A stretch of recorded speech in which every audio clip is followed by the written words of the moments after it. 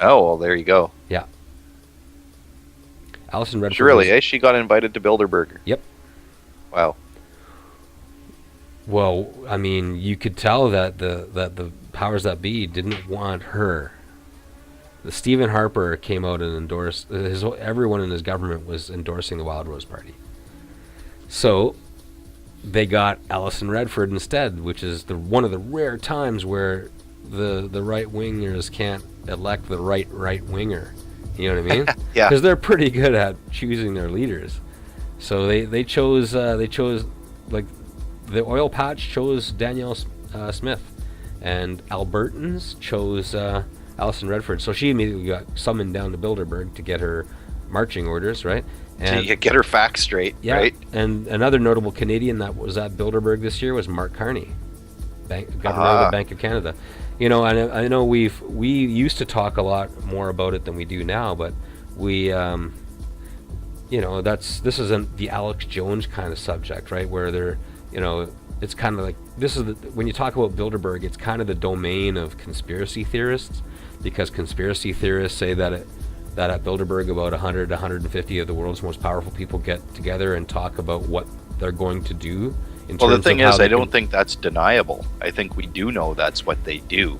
It's just that we don't know what they talk about when they're behind the closed doors. We don't know the scope or the amount of exact planning and power that they can wield. Right. But we do know that it's 100 and 150 most of the powerful I'm people. going to make a guess that they're not trading hockey cards. They're not, you know, talking about what was on TV last night. Yeah. I'll step out on a limb and say that if they're talking about anything, they're talking about their own interests. Mm-hmm. That just seems reasonable. Yeah. I'm an old hand at the whole world of conspiracy theory and have waded through enough of that to know that there's a certain element of it that you can get bogged down in and caught up in that's worthless. Yeah. And there's a certain amount of it that is completely real and you know, needs to be looked at to be understood. And Bilderberg just seems like one of those things. Yeah. And of course, Mansbridge wasn't present on the CBC that night either. He was a past guest at the Bilderberg conference. It was Wendy Mesley who had to break the news to Canadians that Alison Redford was out of the country during the Mulcair visit. But as a true obedient I gotta journalist, give it to you, man. I hadn't even thought of going and looking at which Canadians had been at Bilderberg. So you know, I find it interesting to find out that those two were in attendance. Interesting too to choose, right? I mean, yeah. Wow. Yeah. But that's the thing. Like, my point is, the CBC didn't mention what conference she was at. Just that she's out at conference. Yeah. So, and given the fact that earlier in our election fallout journey, we did discuss the fact that Peter Mansbridge has previously attended the Bilderberg conference. Now, I didn't see him on the list of people that were there this year, but for some strange reason, he chose to take that week off. You know, it was Wendy Mesley that had to explain where Alison Redford was without actually saying where she was. You know, right. So you got to wonder if. And that's exactly why people like us need to do stuff like this. You know, because there's no way to ever replace the CBC, but we have to add to the national conversation. You know, stuff that the CBC can't talk about, aren't allowed to talk about. You know, and for some reason will not report. Or when they do, they always wrap it in that. You know, if they're gonna cover a Bilderberg conference, they're gonna only do it from the angle of some people say it's a conspiracy. Yeah, and exactly. You know what I mean? They won't give any substance to it at all. No question, no real no question of what might be happening. Just that whole like the way a UFO documentary plays out, you know? It's real, it's fake, it's real. Yeah. It's fake. Exactly. That's horrible. I hate that shit.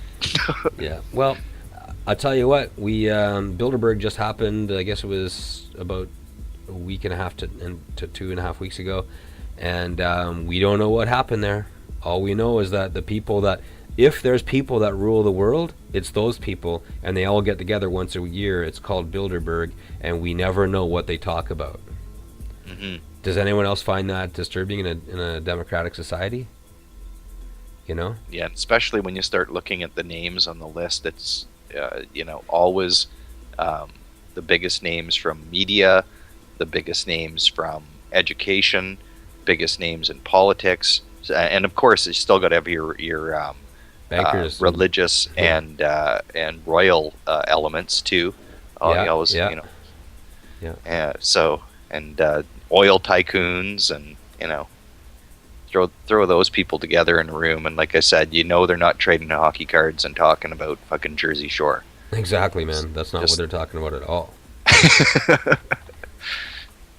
That's for us to watch and talking about Jersey Shore, perhaps one of the most mundane distractions that the human race has ever had to make do with, to avoid thinking about what's really going on.